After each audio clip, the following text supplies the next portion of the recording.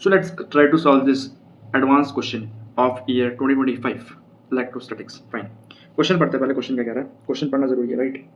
अच्छा, क्वेश्चन ये कह रहा है कि the figure below depicts two situations in which two infinitely long static line charge of constant positive line charge density lambda, so charge density दे रखी है lambda, are kept parallel to each other in their resultant electric field.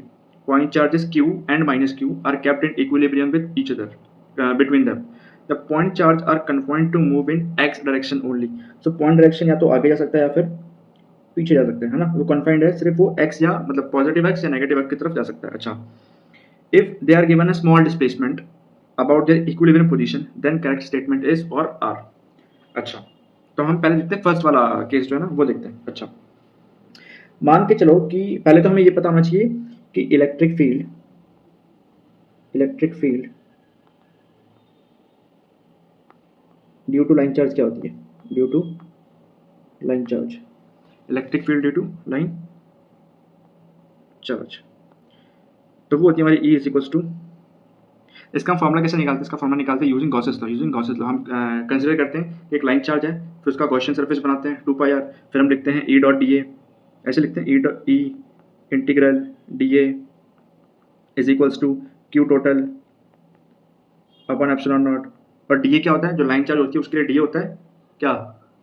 Cylindrical surface. कौन सा? तो 2πr L. तो E into 2πr L. अब Q total क्या है? Lambda क्या? देखो, lambda is my surface charge density, तो लैम्डा इज क्यू अपॉन और I can say L linear charge density. तो क्यू क्या हो जाएगा? लैम्डा L, ठीक है, अपॉन एप्सिलॉन. सो L से L कट जाएगा, तो मेरे पास E की वैल्यू क्या आएगी? Lambda upon 2πr into epsilon. So electric field due to a line charge is lambda upon 2πr epsilon. ठीक है, अब हम इसको थोड़ा शिफ्ट करते हैं. क्या करते हैं? शिफ्ट. तो अगर मान लो कि मैंने इस प्लस क्यू चार्ज को इधर शिफ्ट किया, इस साइड शिफ्ट किया बाय डिस्टेंस x, फाइन. अगर ये पूरा डिस्टेंस, इसको मान लो डिस्टेंस दिस इज 2d, ये बीच में था, ये डिस्टेंस हो गया d. तो ये जो डिस्टेंस है यहाँ से लेकर यहाँ तक, वो कितना होगा? d minus x. अब जब मैंने q को x डिस्टेंस मूव किया टुवर्ड्स राइट, तो एट पॉइंट P कितने फोर्स लग रहे हैं? एट पॉइंट P, तो force on charge plus q is due to this plate and this plate. अब देखो, अब वो क्योंकि पॉजिटिव चार्ज है. अच्छा, तो मैं बताता हूँ कि जो इस साइड ये वाली प्लेट है, प्लेट 1 मान लेते हैं, इसको मान लेते हैं प्लेट 2. तो force on plus q due to plate 1 is equals to क्या? q into e. ठीक है, तो q into e lambda 2π epsilon naught. और r क्या आएगा? r है distance between the plate and the charge, तो वो क्या होगा? d minus x. अब निकालो force due to plate 2 is equals to q lambda 2π epsilon naught. अब डिस्टेंस क्या है? डिस्टेंस हो गया, ये तो मेरा x है, दिस इज माय x, और ये क्या हो गया? d. तो d प्लस x. अब मुझे लॉजिकली सोचकर बताओ कि F2 और F1 में से बड़ा कौन सा होगा? F2 और F1 में से बड़ा कौन सा होगा? ऑब्वियसली हम कह सकते हैं कि F2 और F1 में से, क्योंकि इसका डिनोमिनेटर छोटा है एज कंपेयर टू दिस, तो F1 will be greater than F2. और F1 और F2 दोनों कैसे फोर्सेस होंगे? रिपल्सिव. तो हम निकाल लेते हैं नेट फोर्स क्या होगा. What is F net? तो F नेट क्या होगा? F नेट होगा मेरा F1 माइनस F2. तो अगर इसको लिखूं तो Q मेरा आ जाएगा कांस्टेंट. अच्छा, लैम्डा आएगा कांस्टेंट. अच्छा, अपॉन 2π एप्सिलॉन आएगा कांस्टेंट. अच्छा, ब्रैकेट में अंदर क्या बचेगा? 1 upon d minus x minus 1 upon d plus x. Fine, अंदर ही बचेगा.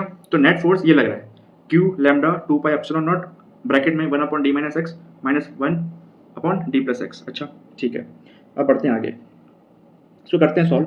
तो जब मैं इसको सॉल्व करूँगा तो क्या मिलेगा? Q lambda 2π epsilon naught. अब ले लेंगे इसमें एलसीएम, तो मेरा क्या आएगा? d square minus x square. यहाँ पर आएगा d plus x minus d minus x. अब जब मैं इसको सॉल्व करूँगा आगे, तो मैं यहीं पे सॉल्व करके दिखा देता हूँ. तो देखो, माइनस d और प्लस d कट जाएगा, देन यहाँ पर आ जाएगा 2x, तो q lambda 2 pi epsilon not, यहाँ पर आ जाएगा 2x divided by D square minus x square, 2 से 2 कट जाएगा। अब देखो ये कैसा फोर्स आ रहा है, ये मेरा जो एफ नेट है वो मेरा एफ नेट जो है वो एफ नेट प्रोपोर्शनल टू क्या आ रहा है, एफ नेट प्रोपोर्शनल टू क्या आ रहा है, एक्स। एक्स मतलब displacement from the mean position, और जब भी फोर्स प्रोपोर्शनल होता है to displacement from the mean position, तो उस केस में जो मोशन होता है that is simple harmonic motion, that is simple harmonic motion. आप बोलते हैं F net is equal to K x, F is equal to minus K x, or it is linearly proportional to displacement from the mean position. So in this particular case वो क्या है simple harmonic motion. तो हम देखते हैं option में ऐसा कुछ है, both charges execute simple harmonic motion, ठीक है ये हो सकता है। अभी मैंने सेकंड चार्ज देखा नहीं है तो ये संभावना है, ठीक है ये हो सकता है। Both charges will continue to move, तो ऐसा तो नहीं होगा, तो क्योंकि ये वाला charge simple harmonic motion perform करेगा तो बी ऑप्शन नहीं हो सकता। Charge plus q execute simple harmonic motion while charge minus q continues to move, ये हो सकता है, इसको अभी वेट करते हैं। Charge minus q execute simple harmonic motion while charge plus q continues moving in direction of displacement, तो ये भी नहीं हो सकता। अब हम आते हैं दूसरे केस पे, अगर चार्ज नेगेटिव हो तो मैं यहीं पे अगर सॉल्व करूं, अगर चार्ज नेगेटिव हो तो इसको मैं मिटा देता हूँ, है ना, ताकि मैं चार्ज माइनस क्यू के लिए सॉल्व कर पाऊँ। एंड माइनस क्यू के लिए हम लॉजिक लाएंगे, ठीक है, थोड़ा सा माइनस क्यू के लिए हम लॉजिक लाएंगे। अब मान लो कि ये चार्ज इस तरफ जा रहा है, डिस्प्लेसमेंट है उसका x, this is positive and this is positive, तो सोचो है ना कि एक माइनस चार्ज है वो प्लस की तरफ अट्रैक्ट होगा। अब मैंने उसको प्लस की तरफ धक्का दिया है ना, तो प्लस की तरफ ही मूव करेगा ना भाई, वहां से उसको अट्रैक्शन बेशक मिल रहा है, लेकिन अगर मान लो मेरे पास दो प्लेट हैं, यहाँ पर चार्ज है क्यू, वो इस वाली प्लेट की तरफ ज़्यादा है, यहाँ पे खिसका हुआ है, तो उसकी टेंडेंसी क्या होगी, वो आगे ही खिसकता रहे, क्योंकि अब जैसे जैसे उसका डिस्टेंस बढ़ेगा, कम होगा विद दिस प्लेट, उसका अट्रैक्शन भी बढ़ेगा, तो वो वापस नहीं आएगा, वो आगे ही बढ़ता चला जाएगा। तो हम कह सकते हैं कि charge plus q execute simple harmonic motion while charge minus q continues to move in direction of the displacement. तो C is the correct answer of this question, and this was the question of JEE Advanced. Okay, so I hope you must have understood this question. Thank you.